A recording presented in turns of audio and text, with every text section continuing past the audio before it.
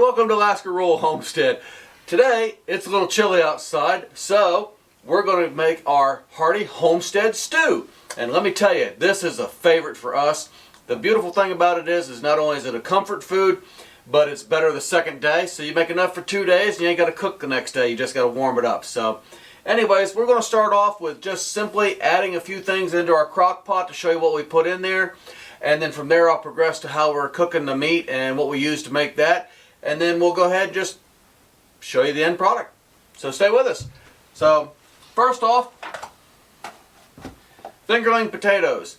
This is stuff that we grow in the homestead. We got a couple purple fingerlings, a couple reds, and some Yukon Golds. These make really good stew potatoes when they're small like this. So about 4 cups go right into our little crock pot right there.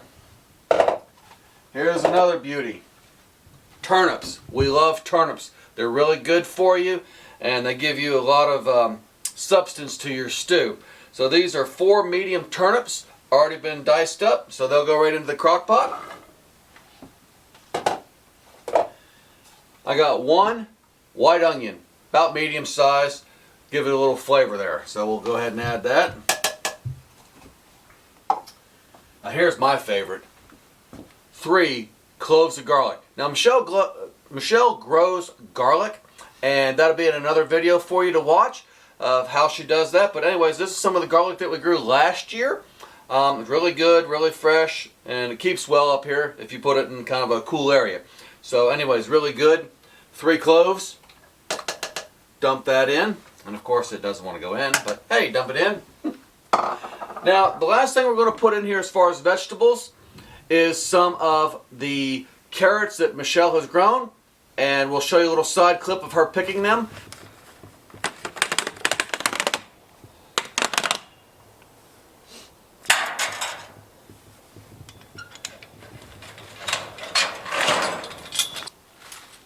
So Mark is making a really yummy beef stew today, and these are miniature ox hearts.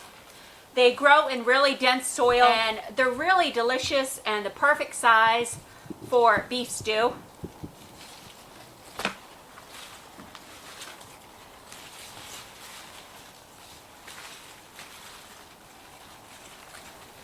So these little guys here are miniature sugar crisps, and these are going to go in the stew also.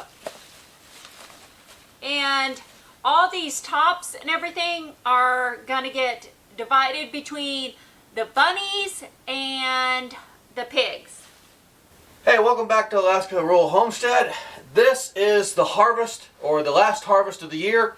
This is the ox hearts that we told you about, and this is the sugar crisp that we told you about. This is the last of the harvest for the year, so that's all we have. But I'm going to go ahead and throw that in the crock pot.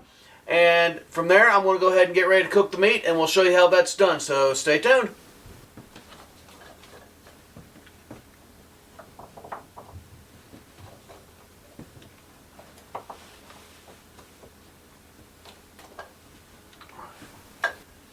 Okay, so we're to the point now we're going to add our beef. Now, let me start off by saying that this is locally grown beef by a friend of ours. It's all organic, so we don't have to worry about all the hormones and all that other nasty stuff. So I've got about 2.5 pounds or 3 pounds of meat here, roughly. I'm going to put in some of our stew seasoning. I call it stew seasoning because a lot of times we're cooking with moose and not just beef. But we make this ourselves, and I'll give you the recipe in the description of this video. So check that out, and you can have that. So anyways, you want to take about 4 heaping tablespoons for 3 pounds of meat, and we're going to call this 3 pounds of meat. Dump that in there. So you coat the meat and you basically stir it in like you do any other stew meat.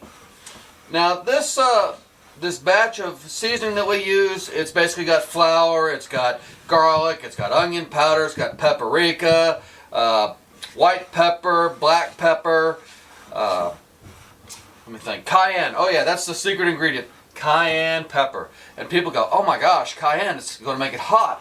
No, it's not going to make it hot unless you really give a whole lot of it in there. It will make it spicy though. So just to your taste, what you want. And see if I get it in here without making too much of a mess.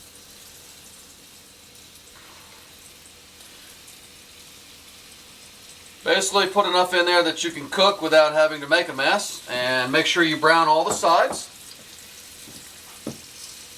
Oh, this already smells so good. Okay, so we're back. This is the last little batch of meat that I'm browning.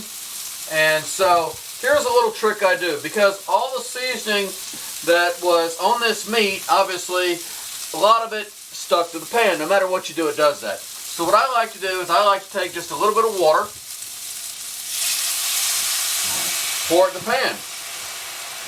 It's going to do two things. It's going to start making that little gravy, which is what you want in your stuff anyway. And it's going to help you to clean your pan later. So go ahead and set that up. And we'll pour this into our